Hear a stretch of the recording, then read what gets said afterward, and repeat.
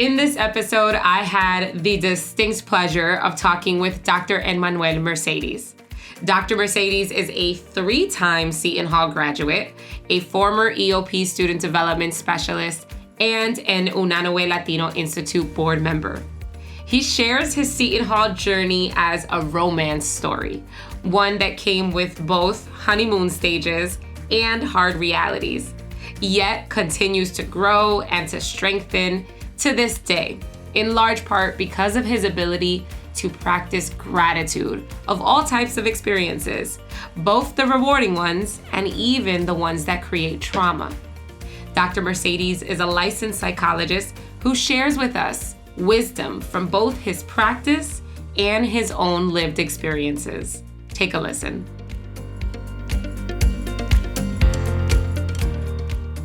Dr. Enmanuel Mercedes, welcome to the show. How are you doing? Doing very well. Thank you very much for the invitation. Absolutely. I always love having people on the show that I know from my days at Seton Hall. Of course, I know you as Manny. So that's how I'm going to be referring to you. But it's been a long time since we've known each other from my days at Seton Hall as a student. And I always love being able to share this podcast with folks from that time period because it gives me an opportunity to learn about them and their journey in a different way. So thank you so much for taking the time to be on the show. And I'm excited to just jump into all things Dr. Mercedes. Thank you very much. And listen, I've been waiting for this invitation. I'm like, ¿cuándo? ¿Cuándo? When is this going to happen? So I'm glad that you finally got into your senses and you decided to reach out. No, I'm joking, but I am really flattered and I'm humbled to be here today. Seriously, thank you so much. I did. I saw the light. So you, like I mentioned, right? I know you from my days at Seton Hall, and that's during your time as a student specialist for the EOP office. But your journey is much deeper than that. It goes much broader than that. How did it all begin? I understand that you're one of the few people that I'm going to interview that has not one, not two, but 3 Seton Hall degrees. And how does that all begin? How does that get started? What brings you to Seton Hall? So it's a really funny story. My relationship with Seton Hall starts in grammar school. When I was probably in 6th, 7th grade, I lived in Ivy Hill, which is directly behind Seton Hall University. Mm-hmm. And at that time, I was fascinated by this large kind of like campus. Like it looked so beautiful, right? You could see it from where I live. It looked so beautiful. And I was always trying to find a way to get on campus. And I eventually did find a way to get on campus and then get kicked out because I obviously didn't belong in the space. The security found me really fast, right? This little skinny boy walking around campus, and they're like, "What are you doing here?" Right? And then coincidentally, my 8th grade kind of like prom graduation party actually took place at Seton Hall in the Chancellor Suite, and I still remember like coming to the student center at that time, and just like being fascinated by the fact that I was here on campus, that this is where I was celebrating my 8th grade graduation. It was like you were having a moment. Oh, absolutely! It was this love, like romantic love story that I had with Seton Hall. And so, fast forward to graduating from high school, I applied to a few different schools, and as I was getting my acceptance letters, it didn't really even matter. As soon as I saw that Seton Hall had accepted me, like no one else mattered. I didn't care about anyone else accepting me or what money we're being offered. I didn't care. Seton Hall was a place for me to go. So I had this kind of like fascination and this relationship almost with Seton Hall University, and I almost feel like it was the place I was meant to be from the beginning. Now in terms of my personal history, actually that starts back even before we came to the United States. My family's from Dominican Republic, and we came to the United States when I was about 10 years old. Mm-hmm. And my parents were both college educated people back in DR, but when they arrived here, it's a very difficult transition, right? It was a very difficult experience to come here. My parents, neither one spoke in English. They still kind of like, just really like lo machucan, and you're going to have to Yeah. translate that somewhere down the line. But the idea was we were looking for opportunities for a better future, but that also came with a lot of challenges and a lot of difficulties. And uh, truth be told, I love my family, but like every family, we were not perfect, and so we Right. we struggle, and then we struggle and didn't necessarily handle it the best way every single time. And so that kind of like provides sort of like the background backdrop or even foreshadowing of what the rest of my journey was going to be, because I found myself in different spaces kind of having that similar sensation of like it's not it's not perfect in any way, but I love the places that I share, the experiences I had in different stages of my life, and each one of those prepare me for something down the line that was going to be useful. And Seton Let Hall me is part dive. of that story. I was just gonna say, let me dive into that a little bit, because you're talking about Seton Hall like this beautiful love story, right? You find yourself in the Chancellor's Suite, and you're like, I can't believe I'm here. You get your acceptance letter, and you're like, I can't believe this is happening. What is it like when you find yourself on campus, right? When you are walking around and you're experiencing the university now as a student, as a freshman? Is it meeting your expectations? Is it exceeding your expectations? What does that start to look like for you as a student? Yeah, that's the great question. So it is one of those love stories that also come with like moments of realization that not everything is exactly as you expected, right? It doesn't make it the love story you don't want anymore. It just simply is. You have to accept what is coming your way in a way. So let me give you a sense of what I mean by that. Um, so after coming to the United States, I grew up in Newark, New Jersey. That was sort of like my entire experience of the United States was Newark, right? Because I didn't go. My parents, we didn't really go that far out, right? The furthest out we would go would be like Six Flags, and that was like an adventure, literally. Get it, Six Flags. All right. So and so we didn't have that many like things to compare it to, right? And growing up in Newark, I grew up in a predominantly black and Hispanic neighborhood. Went to a predominantly black and Hispanic schools. When my experiences all were involving black and Hispanic folks, right? So when I come on campus, my dream come true, right? I'm a freshman and I come through the EOF program, the EOP program at Seton Hall, right?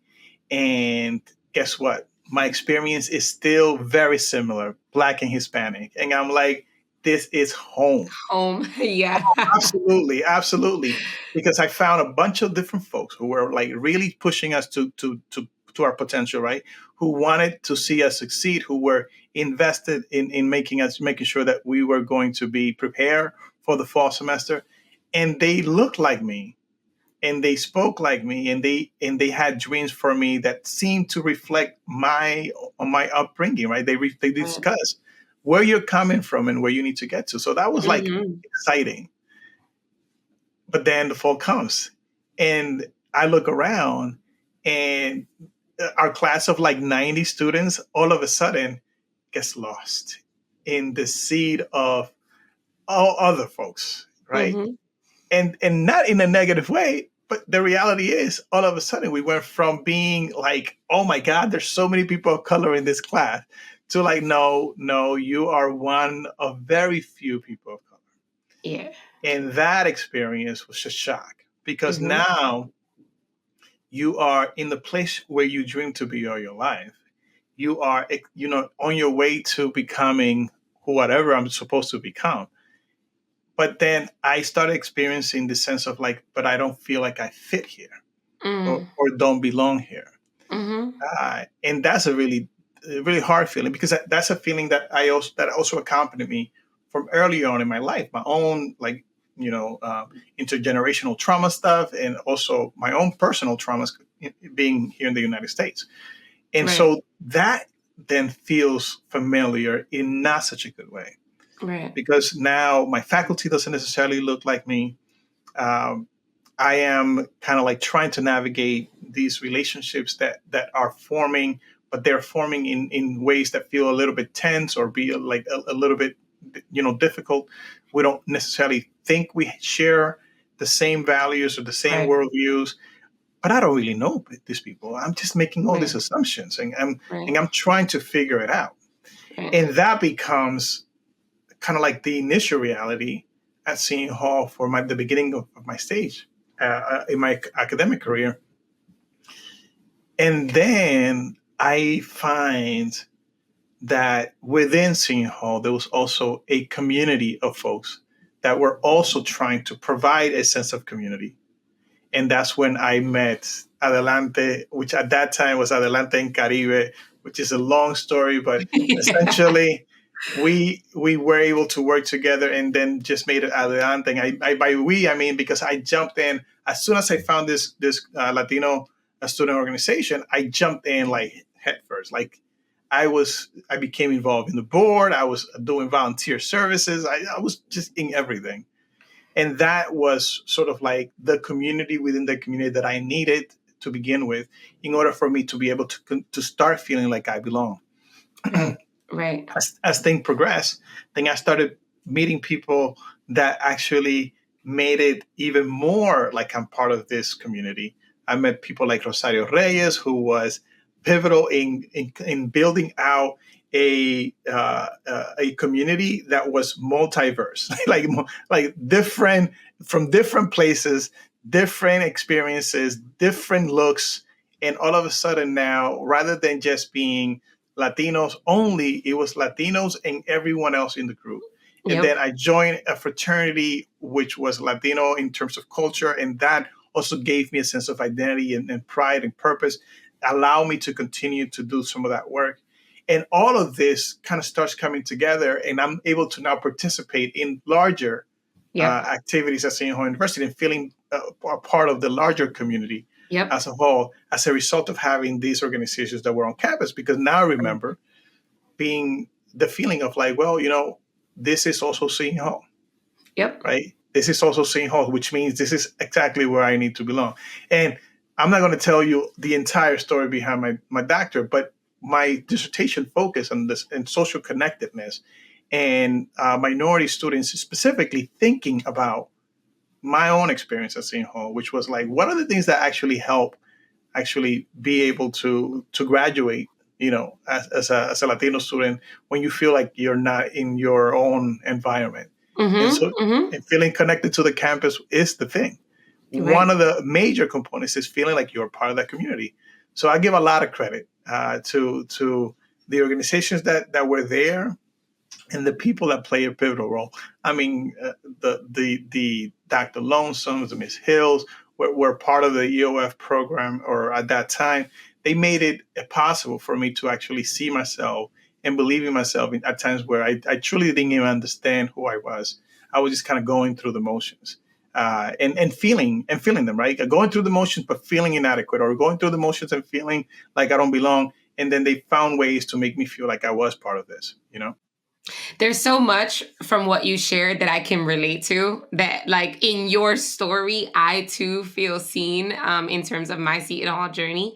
And you mentioned that there are particular organizations and particular people along the way that really help you find that click. And I've interviewed so many alumni, and there's so many different stories, so many different walks of life. And one of the things that continues to echo across interviews is somewhere, somehow, folks find their sense of community, right? And so for you, that was through Adelante. For me, that was through Adelante. That was also through NCBI with Rosario Reyes.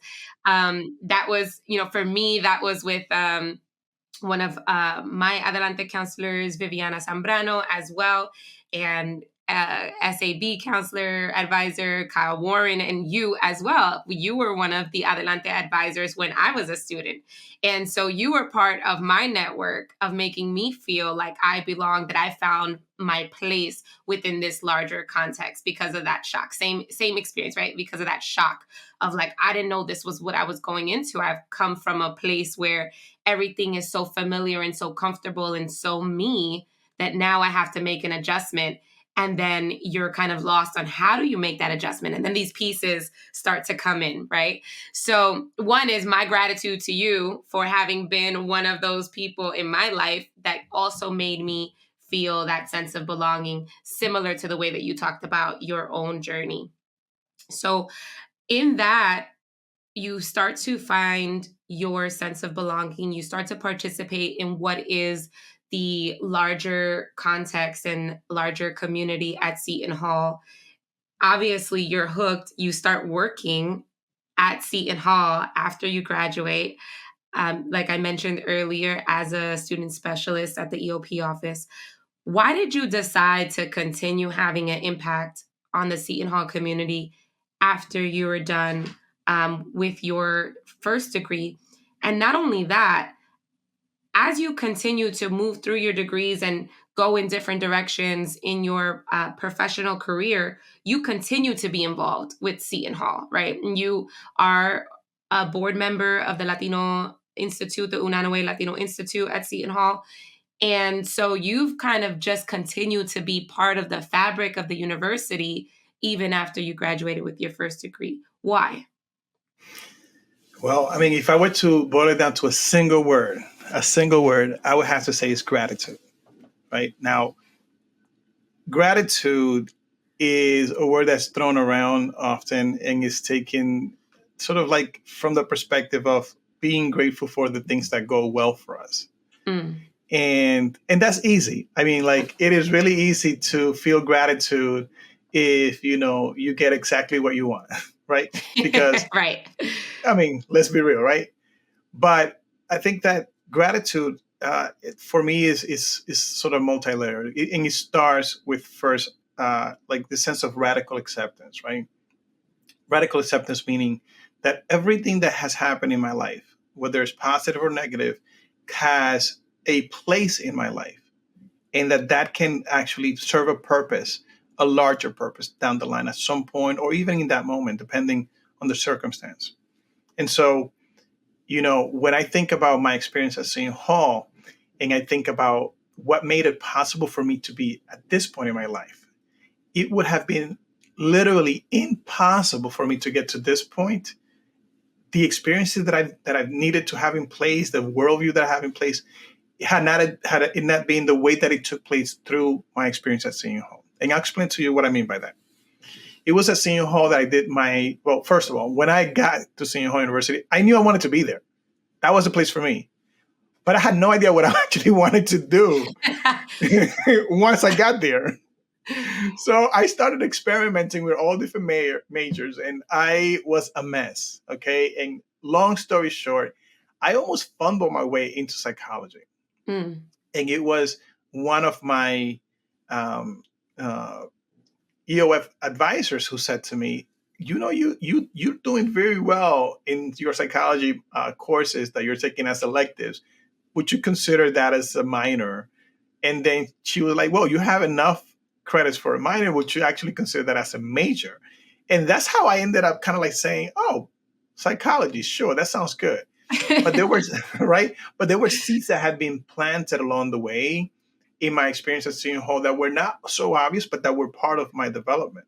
Mm. Like I could still start by telling you that I was given the opportunity to be an EOF summer counselor, and I was the first sophomore to have that opportunity at that point in time. So I took that job very seriously. Yeah. During that summertime, I got to meet and lead young men and young women through their experience in their summer program.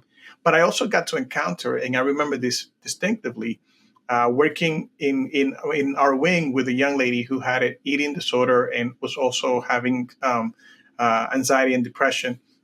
And we had to provide support. And I remember vividly this sense of like wanting to help, but not knowing how. Mm. Right. And so it was not until afterwards that I started seeing how these seeds actually contributed, because I remember that feeling of like wanting to help, Right. and feeling that my role in that moment was calling for that, right? Right. And we supported and assisted as much as we could, but we also realized that whatever she was experiencing needed more professional attention, and we moved in that direction on her behalf, right? Yeah. And then when I was a student at Seton Hall, my sophomore year, that's when the Bowling fire took place, Oh, right? wow.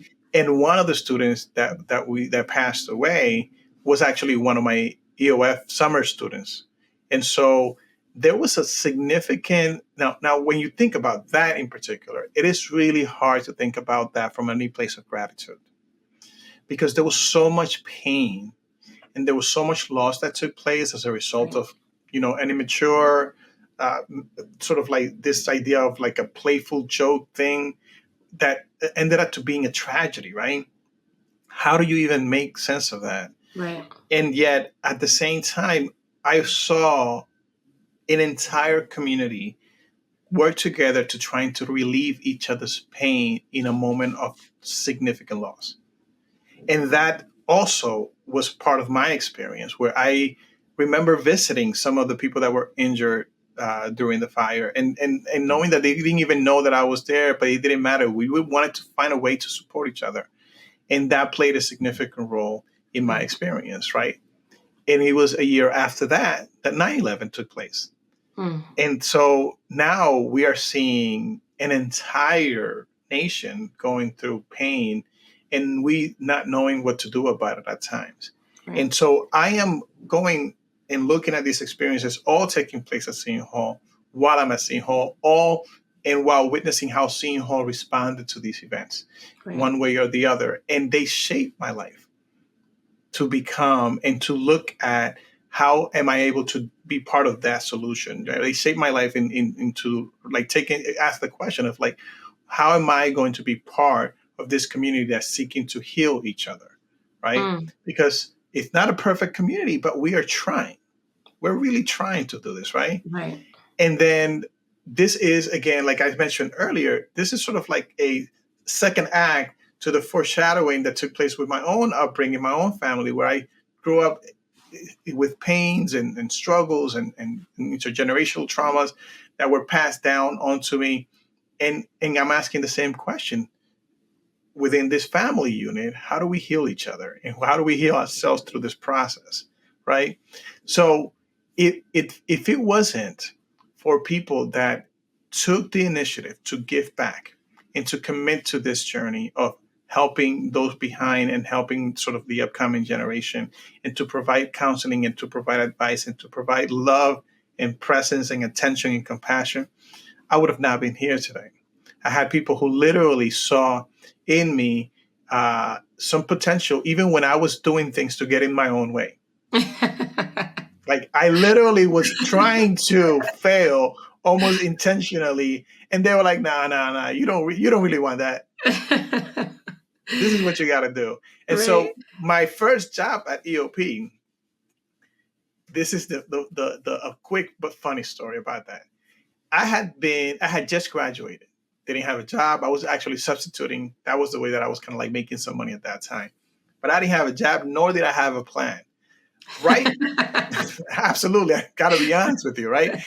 Right before that, I had been to a gala event. At that point, EOP used to put a sort of like an awards event. And during this awards event, they recognize people for different things, their good grades, their participation, involvement, whatever. I got most improvement award, and I hated that award. Hated it, because to me that was like a calling me out. Like, hey, you've been slacking for the last 3 years. You finally got it together. And then you pulled it together. So here it is, your most improved, most improvement award.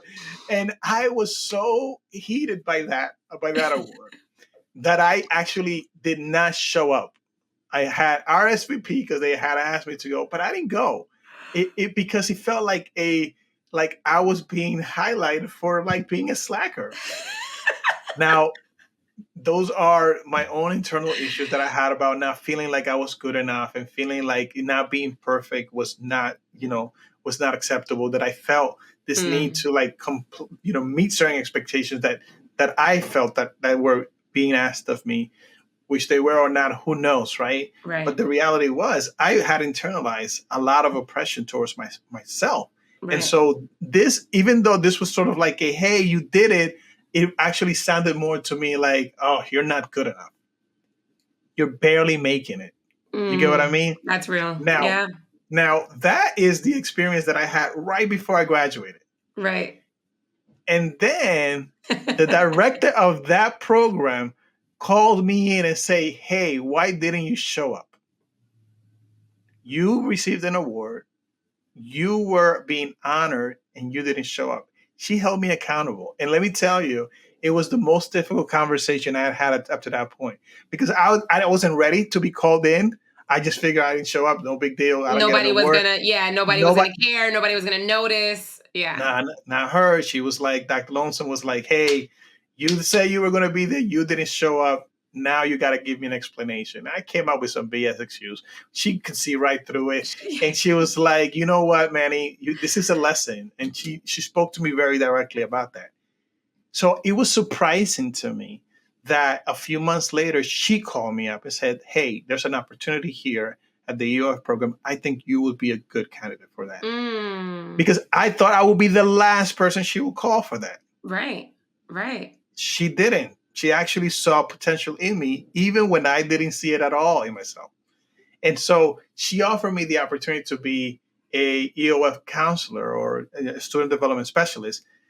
And the condition was that I needed to get my master's degree because it was a role that required a master's degree. Okay. And so I Got was like, oh, so now I have a job and I have a plan, right? it. And it was sort of like set up by destiny, almost in a way, right? Because I become a EOF counselor. I love my work with the students, but I also had immediately the opportunity to become involved as an advisor with Adelante and continue to have that work the entire time that I was there, right?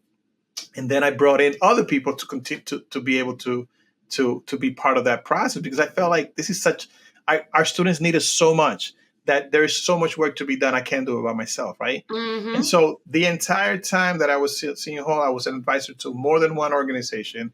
I continued to find ways to be involved in that process, because I understood I only made it to that point because people had done the same for me, and they believe in me even when I didn't believe in myself. And That's so right. there's such an immense gratitude that when I was asked to be, I had already left Seton Hall University to pursue, complete my doctorate program, and also started working at a hospital in New York. So I was sort of like removed for a couple of years from Seton Right. Hall. After you completed your master's, after you were the student development specialist. Mm-hmm.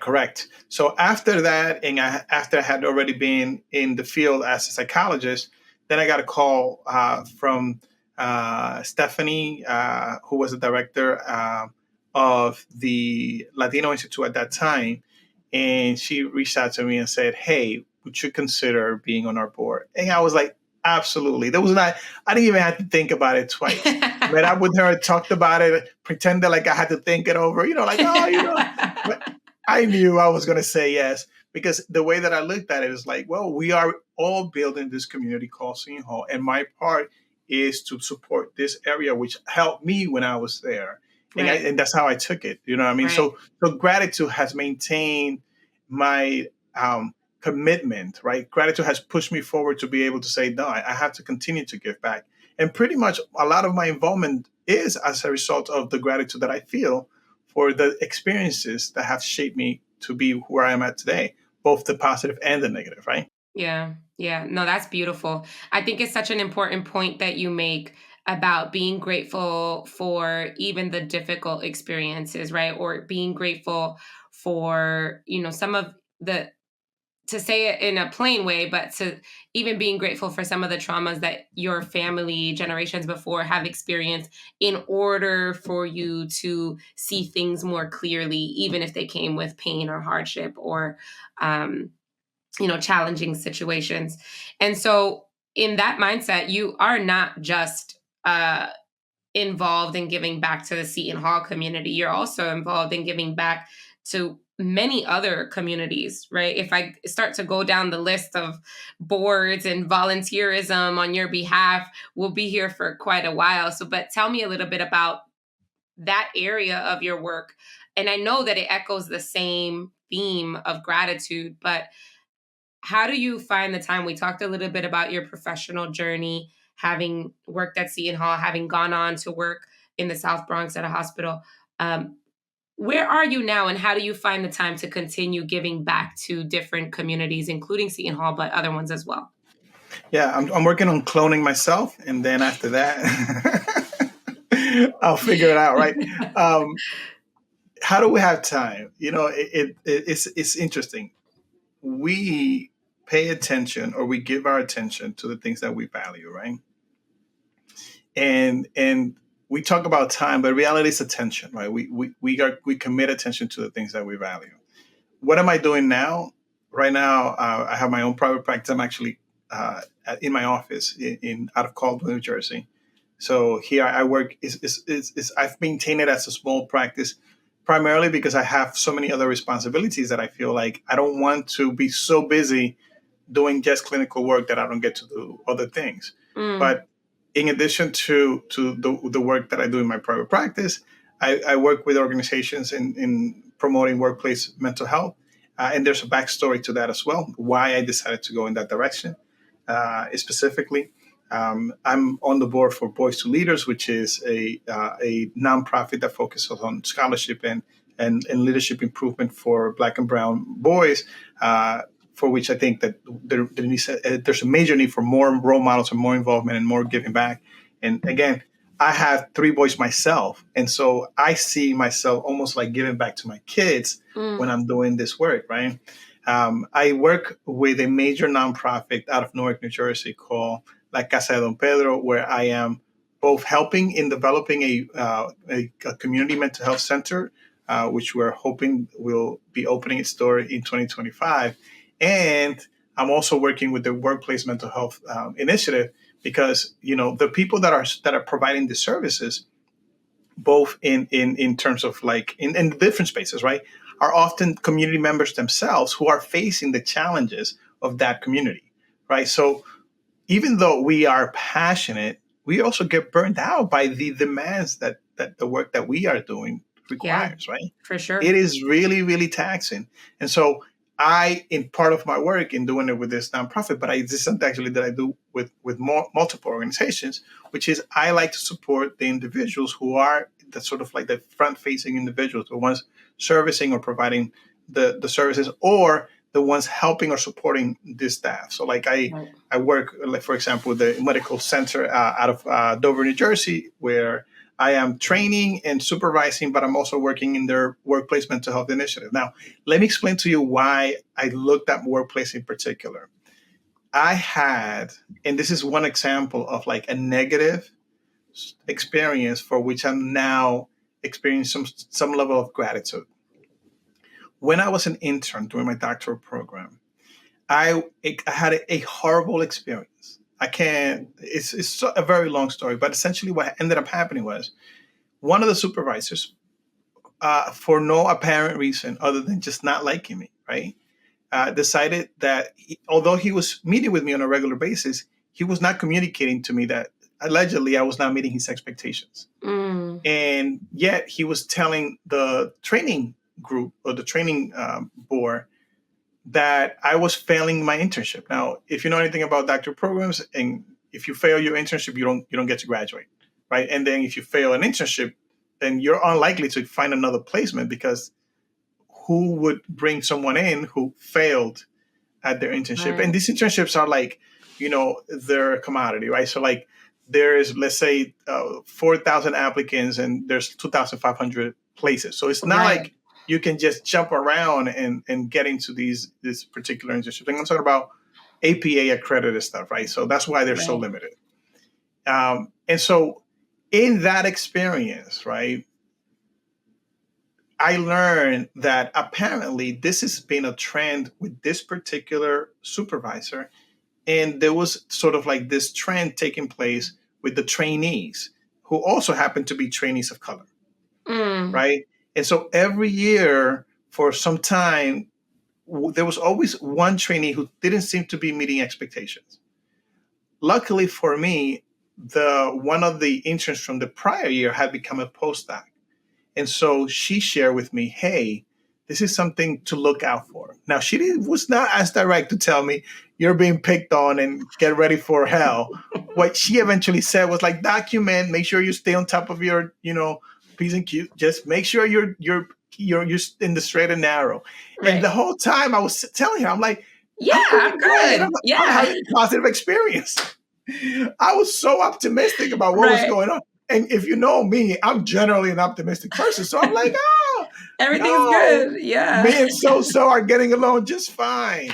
And like 3 months before I actually graduated, he tells the board, the training team, that I failed my internship and that he was recommending that they kind of like just kick me out of the program at that point. Yeah. And because this was sort of a trend, and apparently I was sort of like one of the worst cases he's ever seen, the chief of the department reached out to me with the email saying, hey, can you explain what's happening here? Or can you provide a rebuttal essentially? And luckily, because I had already documented a lot of the things that were happening, I was able to demonstrate that a lot of things that this person was saying were lies. And again, it's a very long story. If you want the real, all the dirty, the nitty gritty, you have to invite me for another day. Part Yeah, two. absolutely. But essentially, what ended up happening was I was in a place where everyone was a mental health provider. Everyone there, I supposedly understood like human dynamic and sort of like they had a vested interest in making sure that I succeeded. And yet, in this workspace, I was being set up to fail, and people were allowing for these things to happen without any form of, step being taken to address it. Right. As a result of that experience, I developed panic attacks, anxiety disorder. I almost left the doctoral program because I got to a point where I was like, I don't care what happens next. This is not something I can take any longer. Wow. And I was willing to finish, my track in my doctoral program at that point because I felt so overwhelmed by the experience. Yeah, just for self-preservation. Oh, absolutely. I was like, Yeah. I don't care if I wasted the last, at that point, 12 years of my life, right? Tracking psychology. I'd rather sell knives, door to door. Like I got to that point where like anything is better than this. And it was as a result. Difficult. Right? Mm-hmm. Oh, it was extremely difficult. And I was in so much denial about how is it possible that humans can treat each other this way? There's no way. So it felt very personal. It felt like I was doing something wrong. Mm-hmm. This must be my fault. And it was hard to kind of like move past that. And thankfully, I found my way into therapy. I worked through that. I discovered a lot of, daddy issues that again, part two. And there were a lot of other internalized racism stuff that were taking place. There was a lot of layers upon layers. But as a result of that, the first time that I found myself having the opportunity to work with trainees, which was supervising interns, externs, and residents at the hospital, the very first step that I took was looking at how we were, as an organization, providing a safe environment for them. Right? And I don't think I would have had that perspective so clear, so crystallized, had it not been for the horrible nightmare that I had just experienced a few years before. Right. Does that make sense? Right. And so this is one of those places where like a difficult experience allowed me to prepare myself in some ways for something that now allows me to go into different organizations and talk about psychological safety and emotional well-being, and how do we deal with burnout, and how do we deal with moral injuries, and how do we deal with traumas that we bring from the outside into the workplace, and then the traumas that we cause each other while we're here, and how do we have these conversations in times where it feels so difficult to talk about things that are hard, right? Right. And that gives me a sense of gratitude. Not that I went through all of that, but it's almost like, oh man, I get to do some real magnificent work, and I'm so grateful that I get to do that. That for different people in different spaces. Now, I think as a result also of my experience at Seton Hall, I learned to work with different people from different backgrounds. So it's just not my people, quote unquote. I recognize that the problems that we are facing require collaboration, require open communication across different lines. We cannot do this in any particular silo. So now I feel like I can enter almost any space, literally almost any space, and speak to people, whether I'm doing a talk or a presentation in a corporate space, pharmaceutical space, education, a lot of medical spaces, because I feel like I have developed the sensitivity as a result of my experiences in these different spaces to Right. now be able to go in there. And obviously a little bit of training didn't hurt, right? Right. So I'm thinking about all that you're sharing. We're preparing right now as we record this interview to go into the month of November, a month where we talk about gratitude, right? Overwhelmingly. And I do think that oftentimes we talk about it in the sense of let's be grateful for all the beautiful things, all the great things, all the good things. Is your takeaway for folks who are listening, is your takeaway to have folks really consider the challenges, the trials, the tribulations, and the traumas, and find the way to connect to gratitude through those experiences? Yeah, I think that that is the gist of it. Um, I want to be cautious not to oversimplify what that journey could look like. Like I said Mm. to you, I Mhm. went into my own therapy. I was in my own therapy for years. I'm back in my own therapy because I truly believe that if something is doesn't feel like it's aligning, or even in just sort of like self exploration, you should be talking to someone about this. You should be doing something to look at where are you in your Mhm. life journey, and ask difficult questions for yourself, right? Right. And so when I think about the gratitude piece, I think it is hard to get to gratitude if you have not yet worked through some of that healing piece. And maybe it's not even necessarily things that are sequential. Maybe simultaneously you're working on healing, where you're also trying to sort of like develop a practice of gratitude.